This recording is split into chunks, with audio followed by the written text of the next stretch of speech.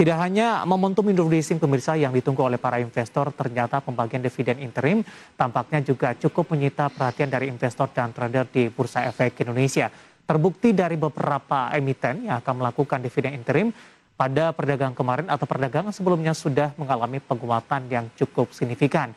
Dan ternyata ini pembagian dividen akan dibagikan oleh emiten big cap dan juga second liner yang berencana membagikan dividen kepada pemegang sahamnya di jelang tutup tahun ini.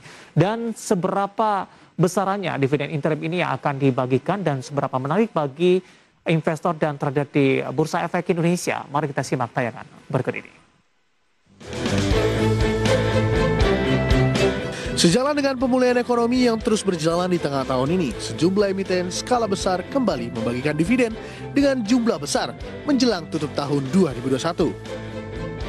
Tercatat hingga 22 November 2021, setidaknya 12 emiten berencana membagikan dividen interim sampai dengan akhir tahun ini. Adapun nilai total dividen interim yang dibagikan oleh sejumlah emiten tersebut mencapai 9,94 triliun rupiah.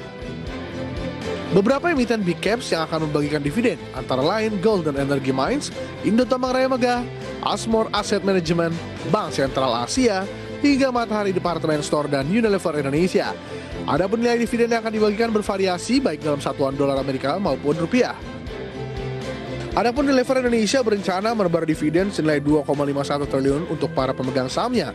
Dividen interim itu akan diambil dari laba bersih perseroan untuk periode yang berakhir pada 30 Juni 2021. Sementara itu, sejumlah emiten lapis kedua juga tercatat akan membagikan dividen menjelang akhir tahun ini. Emiten tersebut antara lain Surya Pratiwi, Cikarang Listrindo Tbk, Cisadane Sawit Raya, Prima Andalan Mandiri, dan PT Kedawung Setia Industrial Tbk. Senior Investment Information Staff Mirai Aset Sekuritas Indonesia, Nafan Aji Gusta Utama mengatakan, kinerja fundamental emiten yang semakin pulih seiring dengan pelonggaran pembatasan sosial pada tahun ini menjadi salah satu pendorong pemberian dividen yang lebih tinggi dibandingkan akhir tahun lalu. Selain itu, keterjangkauan vaksinasi yang meluas juga menambah optimisme investor di tahun ini. Dengan demikian, pembagian dividen yang lebih banyak pada akhir tahun ini akan menjadi bonus bagi para investor yang sudah lebih dulu membeli saham dari emiten tertentu. Nafan menambahkan, pemberian dividen selain menjadi bonus bagi pemegang saham, juga dapat meningkatkan kepercayaan investor terhadap emiten tersebut. Dengan demikian, tak mengherankan emiten lebih royal memberikan dividen karena menjadi bentuk apresiasi kepada kepercayaan investor yang diterimanya.